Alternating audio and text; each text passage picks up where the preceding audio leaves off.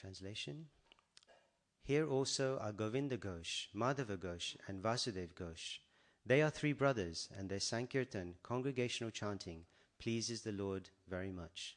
Govinda Ghosh belonged to the Kayastha dynasty of the Uttara Radhiya section, and he was known as Ghosh Thakur. Even to the present day, there is a place named Agradweep near Katwa, where a fair takes place and is named after Ghosh Thakur. As far as Vasudev Ghosh is concerned, he composed many nice songs about Lord Sri Chaitanya Mahaprabhu, and these are all authorized Vaishnav songs, like the songs of Narottam Das Thakur, Bhaktivinoda Thakur, Lochan Das Thakur, Govinda Das Thakur, and other great Vaishnavas. I'm nervous. So, there was a couple of things that I wanted to, two main points that I'd like to speak about. One was actually related to, because yesterday Chaitanya Charan Prabhu's wonderful class gave us a sense of the mood of this chapter building up towards Rath Yatra, the idea of essentially the kind of the rasa moods which are leading to Chaitanya Mahaprabhu's ecstasy in the pastimes of Rath Yatra. This chapter is called Bheda Kirtan, so in terms of these aspects that Prabhu spoke about, he mentioned this idea that Chaitanya Charitamrita is essentially theology in the form of a biography, and quite an interesting point because most of our scriptures, like the narratives which, in the Srimad Bhagavatam, for example, story after story, same with CC, of course, Ramayana, Mahabharata, etc., that narratives are clearly a very important way for us to understand philosophy, and the examples of the stories of the devotees are as prominent, sometimes even more prominent than the stories of the Lord himself. So this list of devotees gives us a certain insight, because with the Chaitanya Charitamrita, it's very much that we can, when we go to Mayapur, we can kind of almost very closely imagine what it was like during Chaitanya Mahaprabhu's time, during the pastimes of his associates, as opposed to, of course, previous Vedic ages, which are harder to relate to our current experience. So that's kind of has a very powerful kind of role for us. And in here, the scene is set with Ramananda Rai, Sarvabhauma Bhattacharya, and Gopinath Acharya, because remember the build-up to this, as we've been reading in this chapter so far, is that Ramananda Rai really is desperate to meet Chaitanya Mahaprabhu, right? So we've kind of heard about that.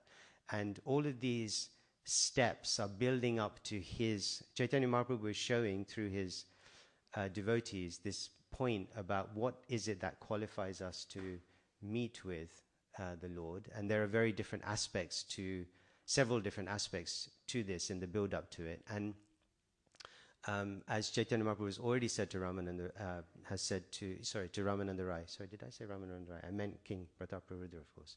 He already said to Ramananda Rai that because Ramananda Rai had spoken highly of King Prataparudra, and because the king had offered service to Ramananda Rai, therefore Krishna would surely bless him. So this is all kind of building up to this point. And now King Prataparudra, he knows that the devotees of Chaitanya Mahaprabhu from Bengal are coming to associate with Chaitanya Mahaprabhu after this much separation, and he's very eager to see them. So this is another kind of very profound qualification for us to receive the mercy of the Lord, is the enthusiasm and kind of commitment to appreciate the devotees. And Sarvabhauma Bhattacharya says essentially, well, I don't know them because they're from Bengal, but Gopinath Acharya, who's Sarvabhauma Bhattacharya's brother-in-law, he knows them because he's from there, so he knows all these devotees who's coming, and he can name them, he can point them out to you.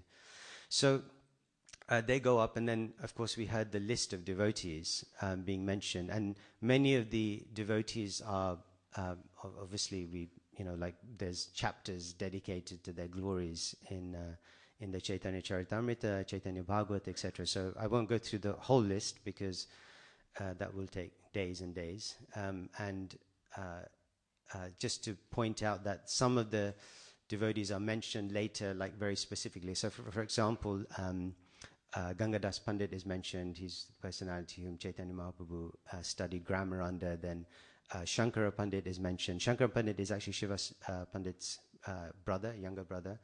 And his story is told about how he became famous as the pillow of Lord Chaitanya. So during the pastimes of Gambhira, when Chaitanya Mahaprabhu would rub his face against the walls, and he would, the devotees, and especially Swarup Damodar, would become so distressed at this expressions of ecstasy that they were trying to figure out how do we, prevent Chaitanya Mahaprabhu from doing this. So they allowed Chaitanya Mahaprabhu, they convinced Chaitanya Mahaprabhu to allow Shankara Pandit to stay with him. So he would keep Chaitanya Mahaprabhu's feet on his lap, massage him.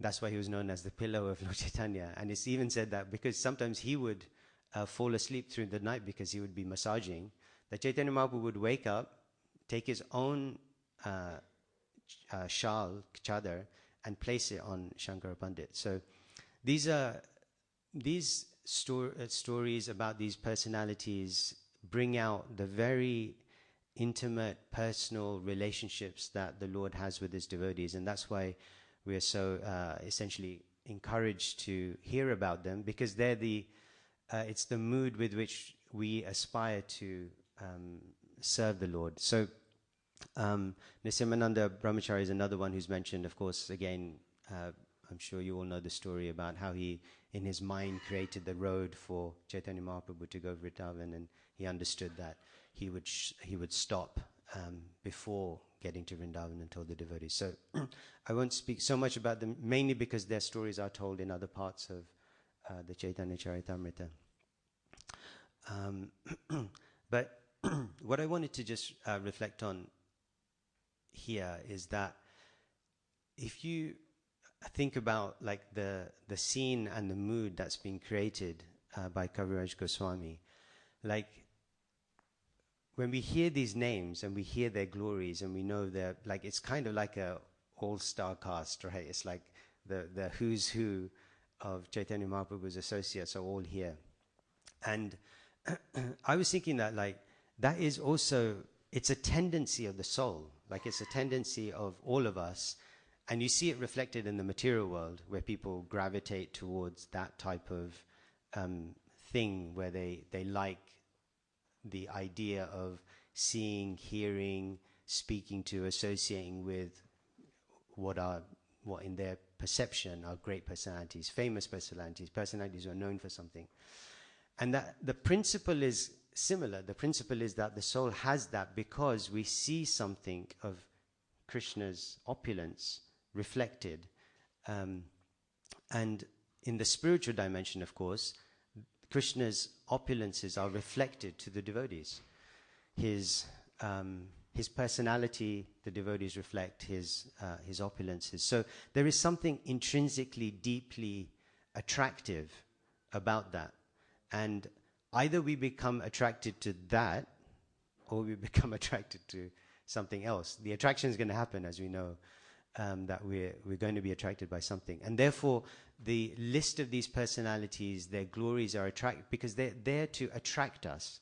How wonderful these devotees were, what type of personalities they had, what kind of exchanges they had with Chaitanya Mahaprabhu, to essentially attract us, just as in the same way that the pastimes and the characteristics of the Lord are there to attract us.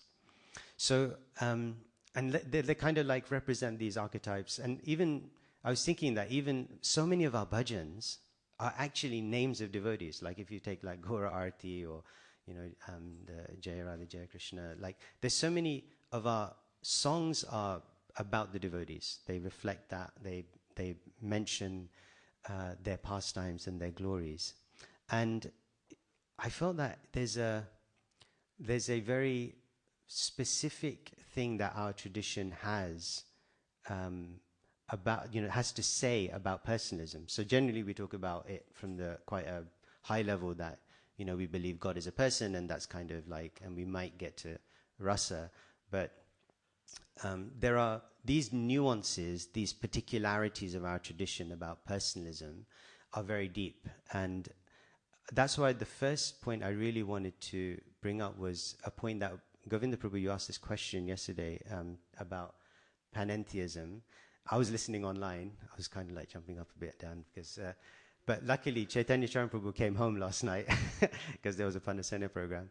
And I had the good fortune to speak to him a little bit about this, and I asked him if I could just expand upon the answer a little bit, because for those of you who weren't here at yesterday's class, Govinda Prabhu asked a question that can devotees describe themselves as panentheists? Is that a fair reflection of the question?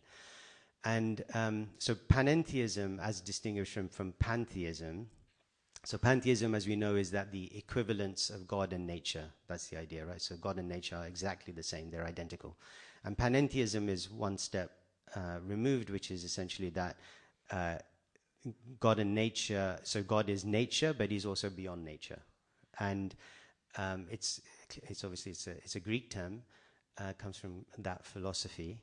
And it's somehow or another, there is rising, and it's kind of like it's becoming more known. People are speaking about it. I've heard it spoken about in a couple of different contexts, read about it in a couple of different contexts. And interestingly, it came up just the other week. We had there's a professor from the Cambridge University Divinity faculty who did a retreat, a residential for some of our A-level students at Avanti. And he was speaking about panentheism, and he mentioned it in the context of he knows the tradition very well. He occupies the same post that Julius Lipner did, who was Tamar Krishna Maharaj's PhD supervisor. And he mentioned it, and I probed it a little bit because there was something there which didn't quite sit right with me. And interestingly, I then read something in the Brahma Samhita which I'd like to share with you. This is a quote by, well, it's part of Srila Bhaktisiddhanta Saraswati Thakur's foreword to the Brahma Samhita. So in there he says, "A very close attention and a comparative study of all prevailing thoughts and conceptions will relieve and enlighten all, be he a materialist, a downright atheist, an agnostic, a skeptic, a naturalist, a pantheist, or a panentheist, busy with their knowledge of three dimensions only by their speculative assertions." So, as we know, Srila Bhaktisiddhanta Saraswati Thakur was very precise and very penetrating in his analysis. And protection, Rupanuga Viruddhapa Siddhanta Dvanta Harine, is his pranam, one of his lines of his pranam. Siddhanta Dvanta, like this idea that of protecting the line, the philosophical tradition of Rupa Goswami. Very penetrating and very powerful, really, in his protection of our Siddhanta. So here he's making this point that he's grouping these people together. The materialist, atheist, agnostic, skeptic, naturalist, pantheist, panentheist. So when I read that, I also felt that we have to be a little bit careful in terms of how we use this term, because it has certain connotations in the philosophy that it was brought from.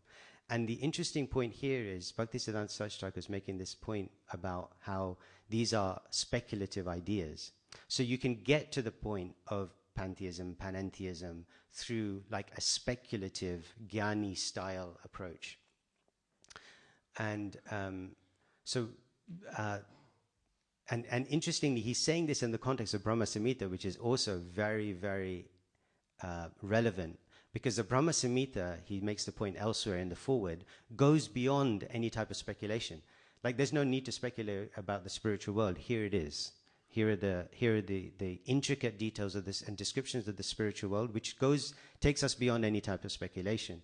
And therefore, this notion that whilst we may gravitate towards terms like panentheism, because they do reflect some aspect of our philosophy, that we understand that Krishna is manifest through the natural world and that he is transcendent to it. So he's immanent and transcendent. So we get that. But whether we should go around wholesale carte blanche describing ourselves as panentheists, that we need to be careful about, because as we can see, Bhaktisiddhanta Saraswati Thakur is not associating ourselves with that idea. So we have to. So what I wanted to really kind of say here is that we have to, as Srila Prabhupada did, when he used the term Krishnaite, like this term that he, like we have to define our theology, our philosophy on our own terms. And there was a Kandidi Prabhu was on a online debate with an atheist, and I forget, but this atheist was pushing Akhanadi Prabhu on philosophy, and he was trying to. So Akhanadi Prabhu was describing Brahman and this idea of how Brahman is a transformation, and in terms of the material world. So this atheist was like, look, either it's idealism, or it's dualism, or it's non-dualism. Which one is it? And Akhanadi Prabhu was like, you could see, like he was resisting that. It wasn't the forming it to the full detail because the subject matter was slightly different. But I thought we have to resist that, because Western philosophy, Western civilization has been brought out of Rome and Greece in terms of the traditions, and there is Christianity obviously borrows heavily from Greek philosophy. So there is a natural kind of tendency to bucket ourselves into these categories because that's what the Western world is built on. And we do it often for good reason, because we're trying to connect with the person because that's what they understand. And so we're trying to position ourselves in language and terms that they understand because we're trying to bridge to them, right? That's one of the main reasons why we do these things. But in that process, and that's the challenge for us, that how do we explain the nuances and depths of our philosophy without compromising its integrity? And that's the role of the preacher. That's the role of and the challenge really for us. And it's something that struck me when, I was thinking about this, this section and about these names of all of these great personalities who are relatively unknown in the Western world. But obviously for us to be able to position our theology, our philosophy, and our heroes, these are the personalities that we look up to. These are the personalities that we seek to emulate and follow in their footsteps because of these reasons. And that requires us to really kind of preserve that integrity. So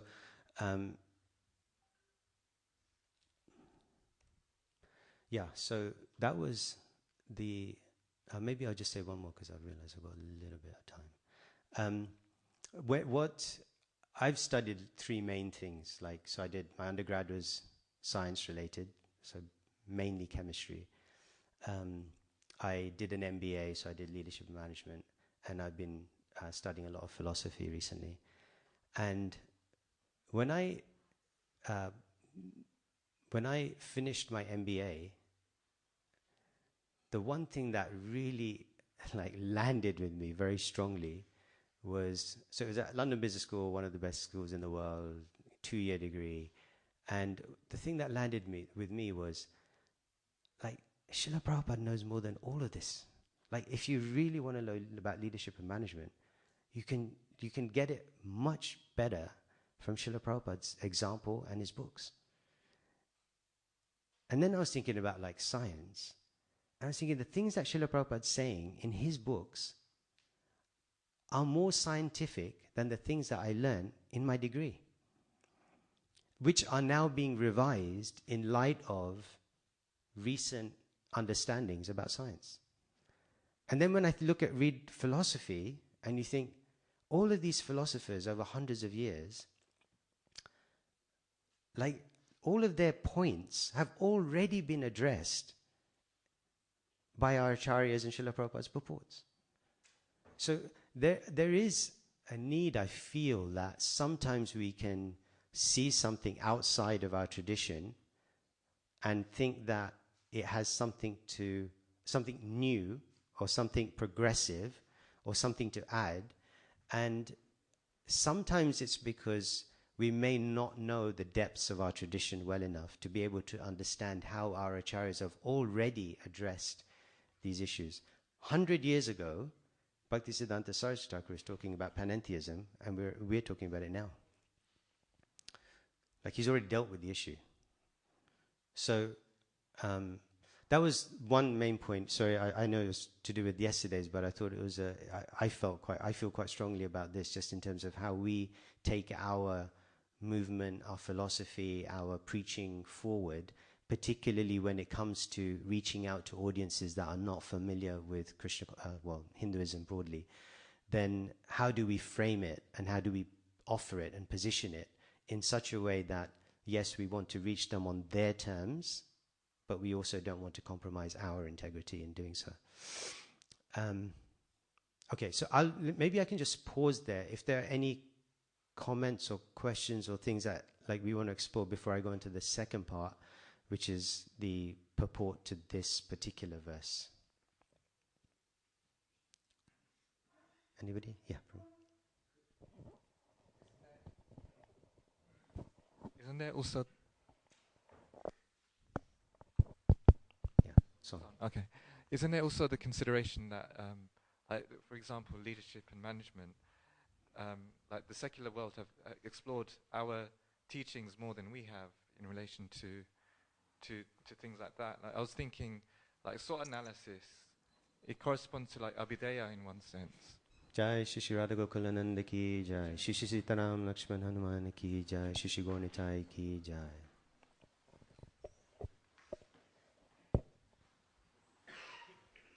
SWOT analysis like corresponds to Abhidheya,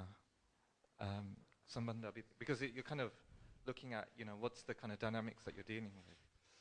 Yeah, I mean, in one sense, like Chaitanya Mahaprabhu says in the CC, there is nothing in the Vedic scriptures beyond Sambandha, Abhidheya, Prayojana.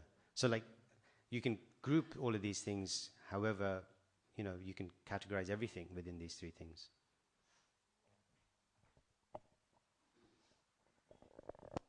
I mean, it's speaking to an underlying truth, right? Like whether we go through this direction or that direction, there's truth there. Yes, bro.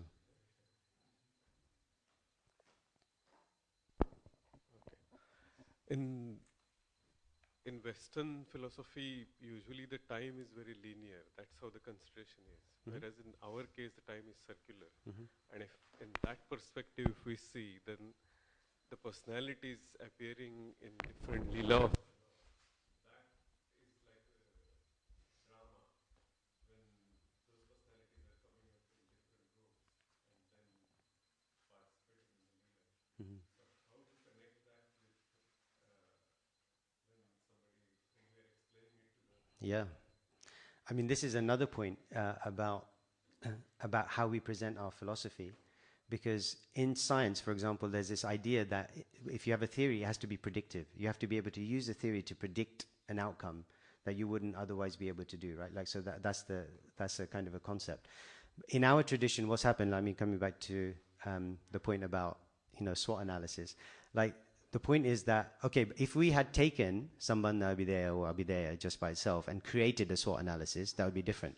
But when somebody's created a SWOT analysis and we go back and try and claim it as our own, then it's a bit problematic. It's like, well, then you're just reading backwards, right? So for example, like with time, like our scriptures are full of examples of the relativity of time, isn't it? So many stories, King Indradyumna, Brahma, so many stories of time being relative.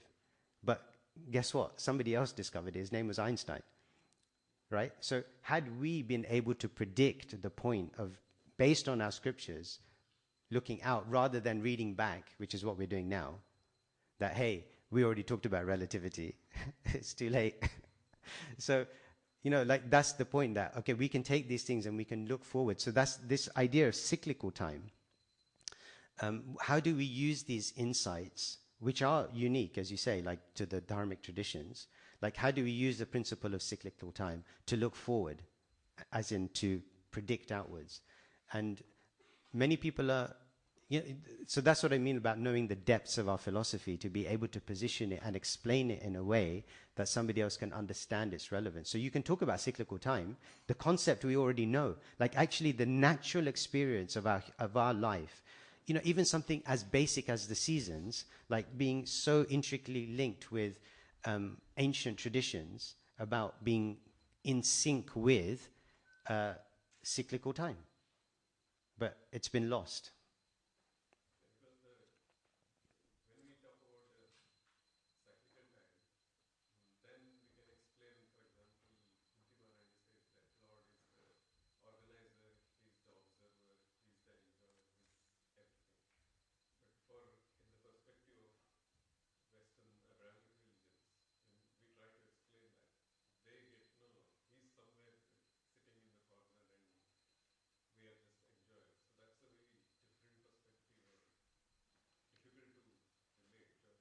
Yeah, but but that but our like how do we relate cyclical time? See, ultimately, like you could just take a scriptural thing. Our scripture says that, your scripture takes that. I mean, and then that's it. Like let's leave it there. Or we can explain why we think cyclical time is a reasonable, rational, experiential thing, that we experience it. We see it in the universe. We see it in the form of the universe expanding and contracting. We see it in these different elements, and therefore that's why we think it's like that. And the idea even simply of energy being transformed in different ways and not being lost. Okay, anything? Yes. Let's see. Can you explain what's the difference between our philosophy and pantheism? So what are the exact, because we believe that Krishna's in nature, but he's outside it as well. Yeah. So how are we different from that? Yeah, so our philosophy is, this is why I think the point that Srila Bhaktisiddhanta Saraswati Thakur is making is that in the Brahma Samhita, we're going beyond, the scripture goes beyond all speculations. And he's categorizing panentheism, like here he's saying, let's see what he says. He says that busy with their knowledge of three dimensions only by their speculative assertions. Like these positions, the positions of the materialist, the atheist, the agnostic, skeptic, naturalist, pantheist, panentheist, these positions, philosophical positions, are arrived at through speculation. And it's interesting he uses the word three dimensions. Now, whether he means three dimensions in terms of mathematical terms or the three gunas, I'm not sure, but both could apply. Like, that's the remit, that's the boundary of their thinking. So, what we don't want to, it's not to say that there isn't an element of panentheism which could be applied to our philosophy that we could relate to. But to wholesale adopt the term as a full description of our philosophy is just not accurate. Because panentheism in itself essentially means God is nature is God, kind of, and then there's transcendent God. So that's all it, but from there, like, so for example, the most well-known strand of panentheism is process theology by the guy who co-wrote the book with Bertrand Russell, Principia Mathematica. So like that theology essentially is God, so God is nature is like, there's a relationship between nature and God. God influences nature and nature influences God. So God is transformed. Now, if you think about it, I mean, that's completely contradictory to our philosophy, but that is probably the most famous strand of panentheism, which is why I'm saying that we have to be cautious when using these types of terms because they have other connotations or implications. It's okay. Sorry, yeah. Probably just going back to Prabhu's question, what were you saying about, we have these concepts in our scriptures, like circular time. Then he mentioned how if someone did a SWOT analysis of it, what is that? No. No, he meant, he mentioned SWOT being derived or founded in Abhidheya. Connected to Abhidheya. So, what's our approach, like in terms of, let's say Western modern scholars demonstrate certain concepts which align with our philosophy. Oh. But is it that we don't, just because it aligns with our philosophy, we don't kowtow to that? Oh, look, see, we've had this before. Is that because it's giving them unnecessary strength, whereas we shouldn't be dependent on their validation or something? Is that? Yeah. No, so there's no problem if there is something genuine that's, like I said, all of these things are trying to aim at truth. science, philosophy, whatever, right? So they're all trying to get to truth. And therefore, because the Vedic scriptures speak about underlying fundamental truth, clearly there's going to be some connection, hopefully. So there's no issue about us referencing something that is said, and we use that as a support argument for what we're trying to say. There's no problem with that. I'm just saying two things. One is, it is more powerful in our presentation of our philosophy if we make the prediction rather than reading back in time based on somebody else's prediction. So that's one thing I'm saying. And I gave the example of the time, relativity of time. From our scriptures, we can predict the relativity, like we can make the point strongly about the time being relative. At a certain point in time, sorry for the pun, but like, at a certain point, that would not have been appreciated, right? Pre-Einstein. But we could have done that. So that's one point. The second point is that if and when we take philosophical concepts from outside, we have to take them with real caution. And we have to apply them only to the degree that they fit with the parameters of our philosophy, not wholesale. Because they come from, typically, they come from a speculative position, they carry a whole bunch of baggage with it, which we may not even be aware of. Just like I was giving the example just now about like the main strand or one of the most famous strands of panentheism. So panentheism on the surface, it may seem like, sounds great, describes us, let's go with it. But there's other stuff that we need to be careful about. Okay, are we done with that section? All right, so this verse then coming, there is some connection, hopefully I'll be able to draw it out. So these three personalities who are mentioned in this particular verse now, so Madhava, the three brothers, Madhava, Vasudeva, and Govinda Ghosh. So these were wonderful, amazing singers, as the verse describes. Even Chaitanya Mahaprabhu would get so much pleasure from hearing them sing. And it said that when Vasudeva Ghosh would sing, that even when he would sing about the glories of Chaitanya Mahaprabhu and Lord Nityananda, even wood and stone would melt. That was the kind of description. And then Srila Prabhupada references Govinda Ghosh and the place from where he was, Agradweep. And I found this very wonderful story, which I thought brings us back to this point about, and this is the connection, that it brings us back to this point of how deep the personal, our philosophical and theological understanding of personalism is in our tradition, and therefore why we need to protect that from other competing ideas. So once Govinda Ghosh was bathing in the Ganga, and as he was bathing, an object touched him on the back, and it was floating, so he thought it was wood, but it was also stone. So it was floating stone. So he couldn't understand it. So, but that night he had a dream that you keep this material, this object, and tell Chaitanya Mahaprabhu. And so he's told him to. So next day Chaitanya Mahaprabhu comes, and he says. And Govinda Ghosh brings this object, and Chaitanya Mahaprabhu says, "Now you don't need to worry.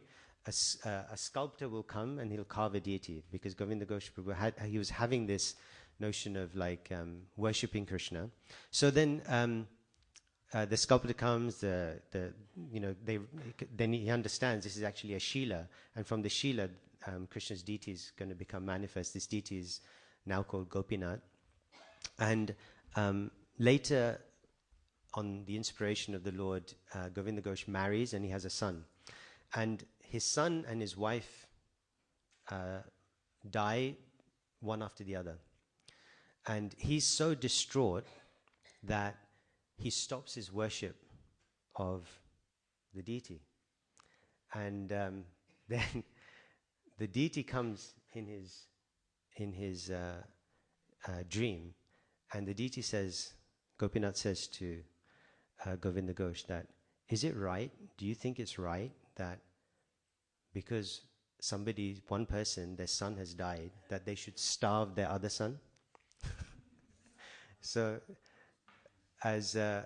So you think that the story would end there, but actually he replies to Gopinath, and he said, look, I had a son, and my aspiration was that my son would fulfill the ritual objectives, the offering of pind, the Shraddh ceremony, and in that way he would fill these obligations out. What am I going to get from worshipping you? At least this son would have fulfilled all of these obligations for me. What benefit will I get from worshipping you?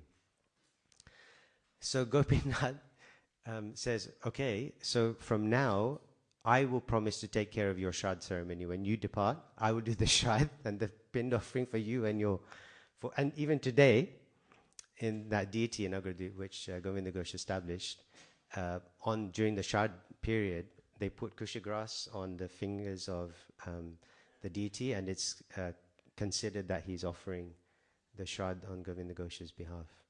So these are, and we have so many stories, pastimes like this in our tradition, where the devotee is so intimately connected with the Lord, and the Lord is so intimately connected with the devotee. It's not just a one-way dynamic. And these pastimes bring out such a depth of relationship and rasa that is really, truly, I believe, unique to our tradition, in that what our tradition has to offer the world.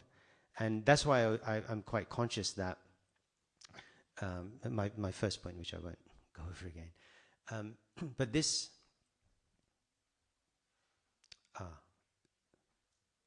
sorry, what's the timing on?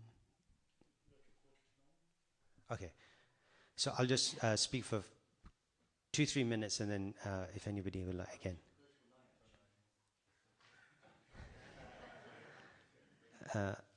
So, like, one of the things that strikes me about this pastime, and there are many other pastimes like this which reflect the same idea, like Dhruva Maharaj is another really prominent example in my mind, where the devotee is so, like, open and honest with the Lord. Like, there is such a depth of free-flowing, unrestricted conversation. Just like when Dhruva Maharaj is speaking to Narada Muni, the one that kind of just jumps into my mind is where he says, everything you're saying is nice, all well and good. Because Narada Muni is kind of testing him, like teaching him philosophy. And he's like, it's all well and good, but it doesn't sit in my heart.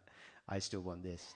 So, like, and from that honesty, from that sincerity of purpose, comes everything, really. Like, when we boil down all the intricacies and the technicalities and the formularies and all of that stuff, when we boil it all down, ultimately we come to, am I sincerely reaching out to the Lord?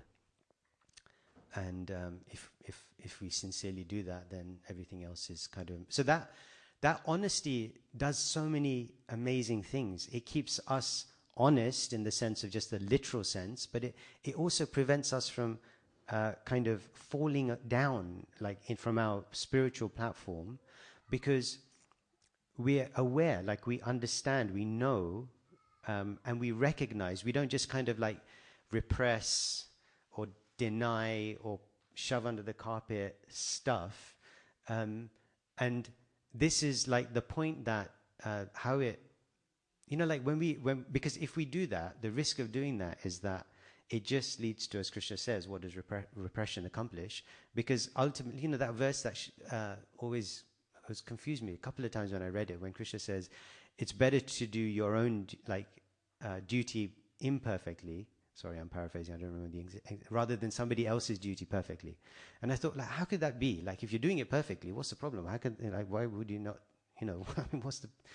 So, and it took me a little while for the penny to drop, that this idea is that you may appear to be doing it perfectly, and you may even do it perfectly, but it will be for a finite period of time, because the platform that you're standing on is not secure. Therefore, the consequences of that action, which is why it's better to do your duty, i.e. the platform that you're on, imperfectly, because at least the platform is secure. Not just for your own benefit, but for the benefit of society. If you start doing stuff that you are not, like, as Krishna defines varna by guna and karma, that this, like if that's not what your intended purpose to do, then it will cause disruption. It will cause an imbalance and a kind of chaos situation. And that's why Krishna consciousness in that regard is a long-term solution for everyone because it can accommodate for everyone. It can accommodate for all of these varieties, and it can accommodate for people wherever they're at in terms of their own journey in their spiritual life. And that's why the connection to this purport that Srila Prabhupada has here is that he speaks about the Kayastha. He's saying that they're from the Kayastha community. Now, it's really interesting because the Kayastha community, this is the same community which we hear about Raghunath Das Goswami's family being from. And if you remember, Raghunath Das Goswami's family was from an extremely, like billionaire, kind of today's equivalent, extremely wealthy family. Now, Kayasthas, so there were Kayasthas who came from northern India, and they were essentially clerical or secretarial workers. So they were classified in some regions of India, like Shudras would be classified, assistant, secretarial, etc. But in Bengal, they're classified almost like Brahmanas, because they came from a very noble Kshatriya type lineage. So they're administrators, like senior level administrators. So what was interesting is that Srila Prabhupada elsewhere also comments that the Kayasthas are essentially a mix of Varna. And they are regarded in different areas by this reflection of these different mix. And I thought, like, that's a really interesting point, because, like, when we think about, like, I mean, I deal with a lot of students who are thinking about careers, but even with devotees who are in careers, like, it's not clear for most people, I think, in terms of, okay, where do I fit in society? Like, with regards to Varna, with regards to Guna, like, what am I supposed to be doing? What should be my offering to Krishna, etc., etc. And these are long-term considerations, which we struggle with, I feel, because obviously society doesn't have the infrastructure, it's not built to reflect Varnashram, but secondly, because most of us actually are quite mixed. We have like these different conflicting natures within us that don't put us into these clear archetypes of the four Varnas, like the Kayasthha community, which has a mix. And we're trying to kind of, now the third complication, I guess, for this is that we're a preaching movement. So ultimately, who cares about Varna at one level, right? Like, so we're not. So that's not an absolute consideration for us, but we know. I mean, Srila Prabhupada himself said it in terms of the 50% of work left outstanding was this establishment of Varnashram. And Bhaktisiddhanta Saraswati Thakur also spoke about Devi Varnashram. So, like, this idea that to situate ourselves on a platform where we are best placed to offer our service to Krishna in a way that has this real deep sense of honesty and also integrity. Like, sometimes when these varnas are mixed and we're acting on a platform that's not ours, our integrity is compromised, and we're not able to function as that role requires us to function, and we end up compromising and therefore that's why Krishna is saying that's the implication for society, hence to do our own duty. Yeah, like so many kind of, and we didn't even get into the specific narrations of all of these different devotees, which I'm sure will come up in different readings of the Chaitanya Charitamrita. So I'll stop there just because it has been an hour, and I'm just conscious that you all may have comments that you'd like to contribute. Anything? Otherwise, yes, Prabhu. Core honesty part you spoke about, that's quite fascinating. Sorry, I didn't hear that. Could you repeat that, please? The core honesty. Core honesty, expression with the Lord. I found it even more fascinating in the pastimes with Bali Maharaj. Right. He just says everything upfrontly. Yeah. And then Lord reciprocates accordingly. So that's a Yeah. part of... Yeah. It's there, like as you say, like I think we could all think of a story where this is so important. Thank you.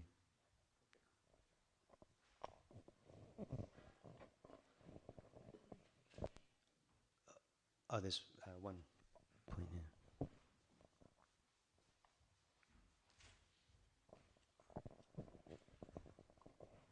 Thank you for the lecture. One point you made, obviously, like with the Gita, like it's better to do your duty imperfectly rather than doing someone else's duty perfectly, because it could lead to disruption.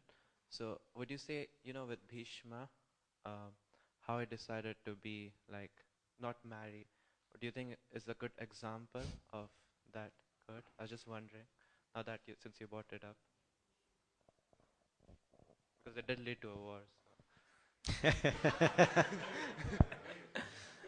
Yeah, except that war was one that Krishna wanted, as opposed to the disruptions we cause, which Krishna may not want. I think with these types of things, with these personalities, it's like Mahajans, like Bhishma, Dev. It's better not to impose our judgments on them in the way that we should do upon ourselves, because they are part of Krishna's pastimes, and Krishna is inspiring them to act in certain ways. So whereas with us the gunas are pushing us, and with Krishna's associates his internal energy is pushing. So like whereas externally it may appear that Arjun is confused or he is not behaving like a spiritually informed person, and Krishna even chastises him, like these things may happen, but we shouldn't take the position that Arjun is, you know what I mean, like there's our position, and then there's like what the pastime is showing us. So we just have to be mindful of that. So yeah, I wouldn't want to use Krishna as an example, but I know what yeah. You can take the principle from the story, but don't make a judgment on the personality. Thank you.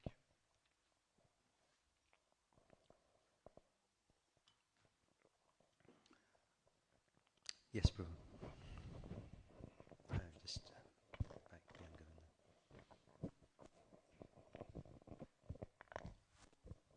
Hare Krishna, thank you.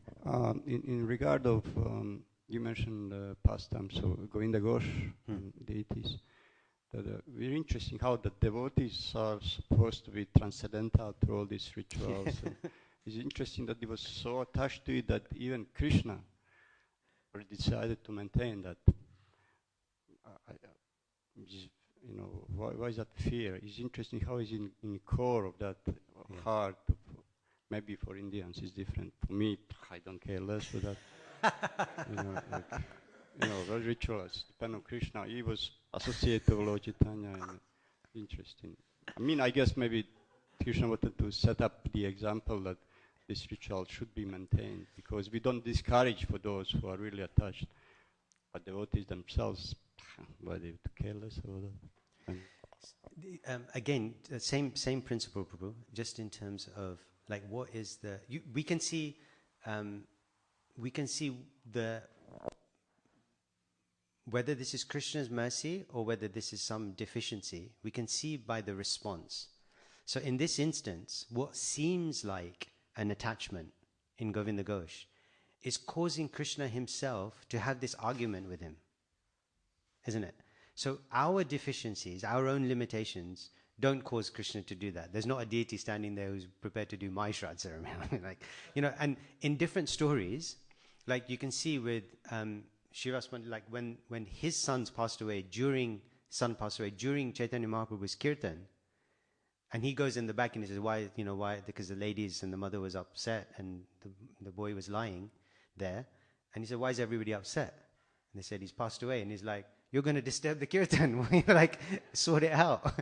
So it's not the qualification.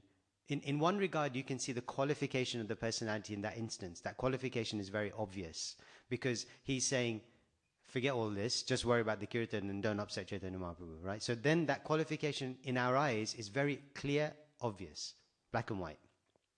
In Govinda Ghosh's context, his qualification is not so obvious, because the first thing that we think of is that, why are you so attached?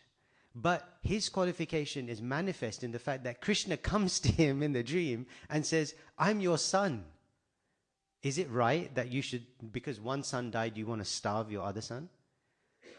So like Krishna himself is coming to this devotee, placing himself in the position of his son, even obliging to take on the responsibilities of the son of performing Shraddha. So like that's his qualification. Now that may need us to just see the pastime from a different, like one level down, as opposed to just what's on the surface, that, okay, he's attached. He's not attached. Clearly he's not attached. If Krishna is coming to him, who does Krishna come to in that way? He doesn't come to people who are materially attached. Like not in that, Chaitanya Mahaprabhu doesn't dance at the singing of every mundane person. He wouldn't even go to the home of somebody to take prasadam unless the person was chanting a certain number of rounds, right? So this is his qualification. So we have to see them in the context of who they are. How does Krishna reciprocate with them? Because how Krishna reciprocates with that personality, we can see how elevated that person is, ultimately. Is that okay? So many levels to it. So many, yeah. Like, Krishna also could appear and explain philosophically, practically about, this attachment. He could do so many things. But he decided to do it that way. But this is the point, it's right? very hard to even understand, it is so deep that...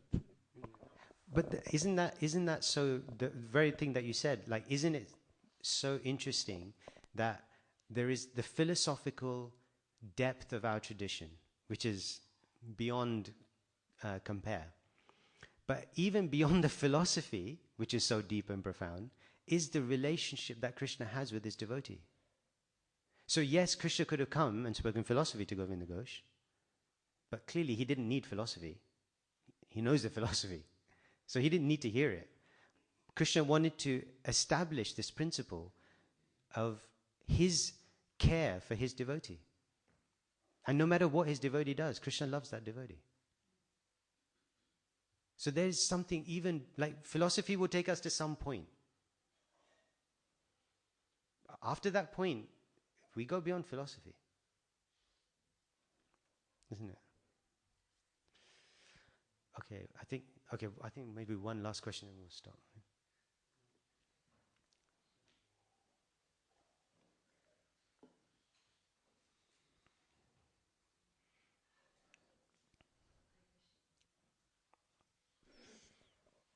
Hare Krishna. Sorry. I'll be in trouble. I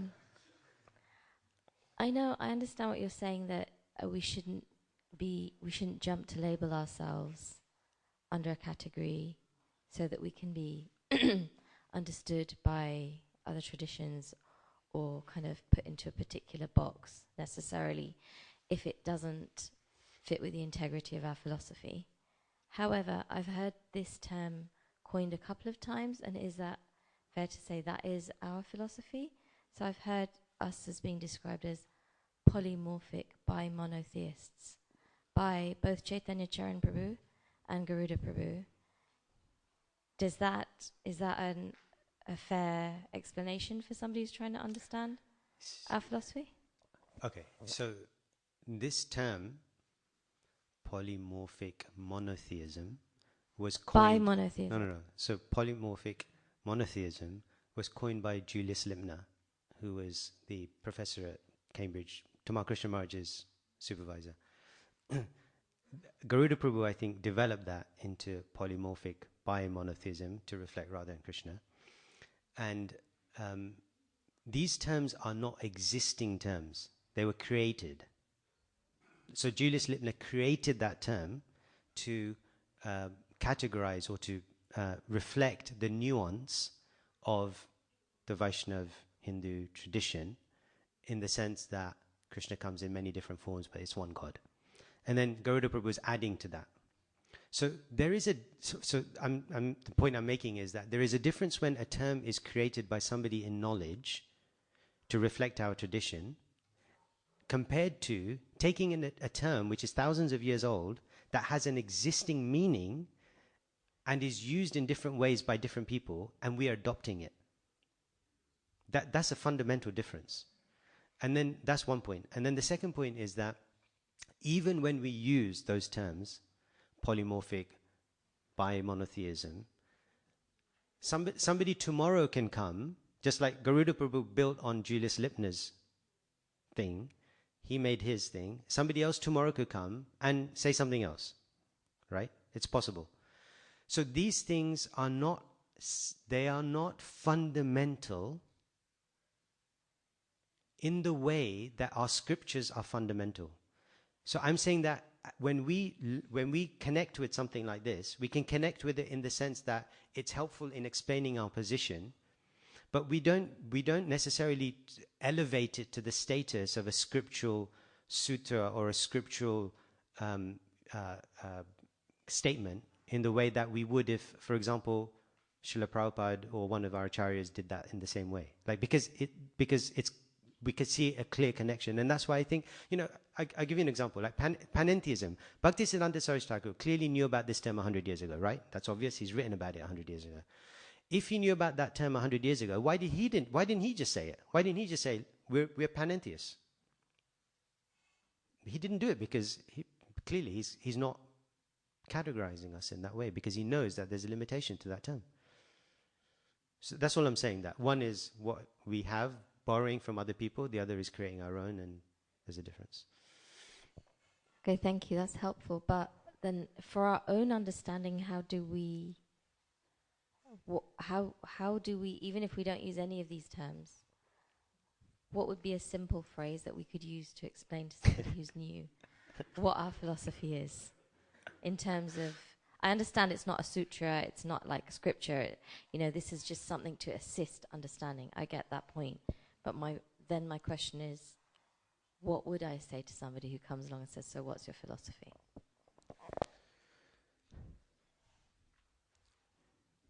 Like I said, I think that this is the challenge for the preacher.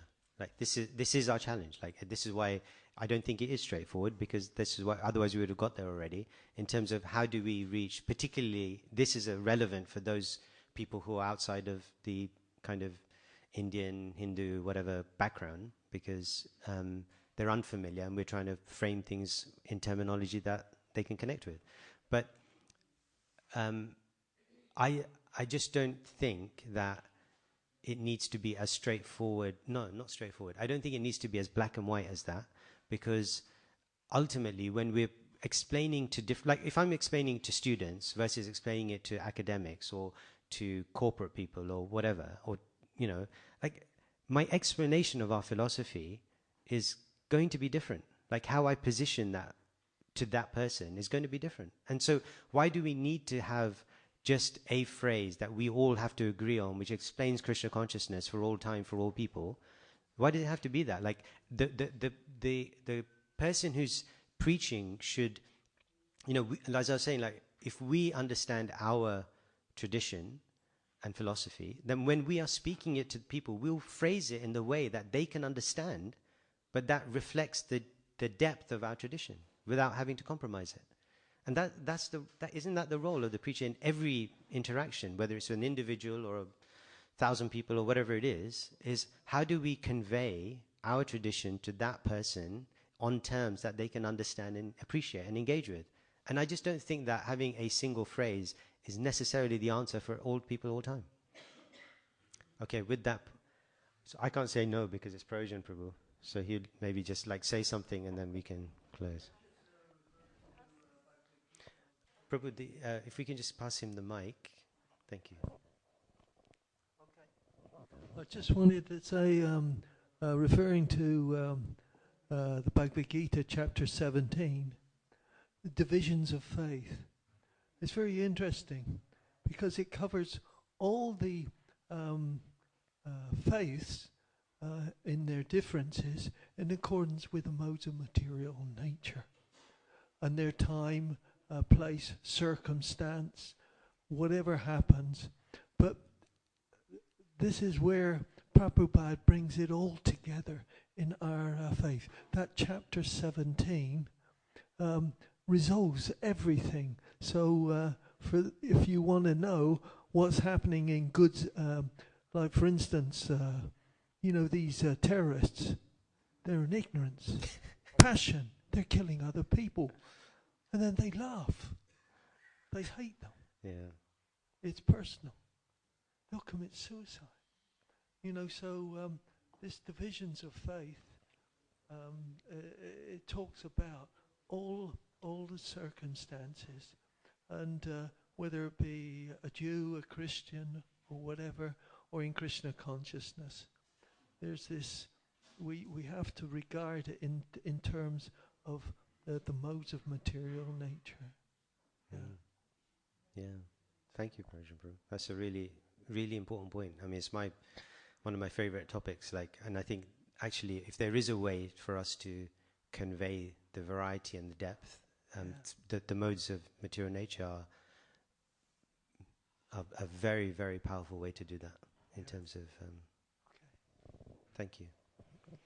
We'll end here. Oh, sorry.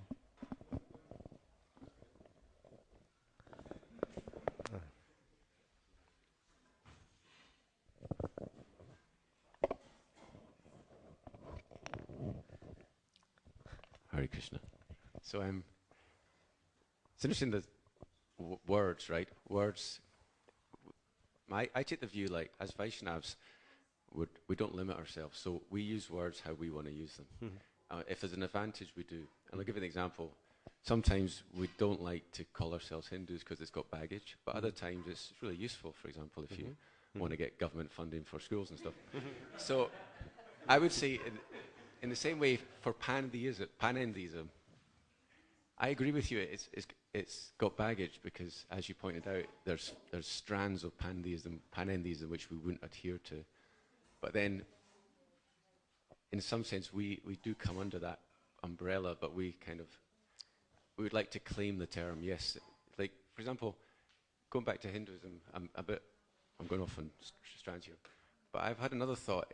In some ways, it's very good that we call ourselves Hindus because then people identify Hindus with us, and that's we start to, we are the Hindus, not these people, and it has a positive thing as well. So I reckon we could claim the term panentheism and say, yes, there are many types of panentheists, but we're the best type because we have the form of Krishna. And just one thing on Wikipedia. It's interesting on Wikipedia. Let's check now. The verse that Chaitanya Charan quoted is in the Wikipedia article. Is like saying Bhagavad Gita has panentheism. So it's anyway. Yeah. No, that's true. But I was thinking about the same thing because I was thinking about we use the term Hinduism like that. But I'll tell you what the difference is. Like Krishna Chaitanya Maharaj, he uses this really interesting idea that, instead of the Hinduization of ISKCON, we're looking at the ISKCONization of Hinduism. So, very, very interesting perspective. So, but you see, the term Hindu has baggage in the sense of the broad kind of region and kind of traditions, etc. And it's used. Chaitanya Mahaprabhu uses it. It's in Bhavishya Puran, etc. So it has been used in that sense, and there is a possibility of us claiming it in the way that you say, and the way that Krishna Chaitanya Maharaj speaks about ISKCONization. Panentheism is not the same from my standpoint, because it means it is not a full, accurate description of what we're speaking about. So, for example, when we speak about the three aspects of the absolute truth, Brahmeti, Paramatmeti, Bhagavanti, Shabdite, so this reflects a nuance that doesn't exist in panentheism. Panentheism also is not for us to be able to claim that. That boat has already sailed. This is not a new term. This has been around since the Greek kind of understanding of it. So there are already stakes in the ground around it. So It's just one, and I think we can use it to an advantage. I'm not even saying we shouldn't touch the word. I'm just saying that if we touch it, we have to be really careful with it. We can't just wholesale jump in. And that's where I think that there's if we go around and saying, okay, we're panentheous, that becomes our slogan, that becomes our catchphrase, I think that's dangerous. I think. Okay, I think, it is 9 o'clock now. No, I'm not going to take any money. So we'll end here. Srila Prabhupada ki jai.